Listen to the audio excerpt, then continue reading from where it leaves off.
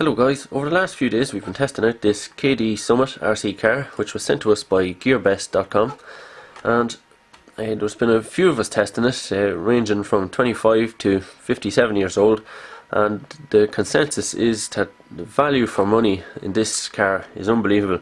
This is only $28 I mean, on the GearBest.com website at the minute. And what you're getting, the suspension, the speed of this car, and the four-wheel drive, it's just fantastic.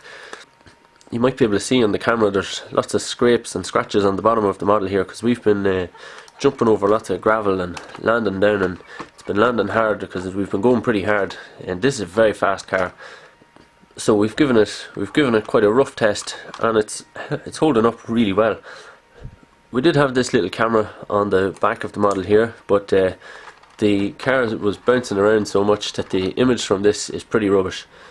So that's enough talking from me. I think the rest of the video will just be this car flying around doing what it does best. So have a look, and if you have any questions about the car, leave them in the comments, and we'll do our best to answer them if we can.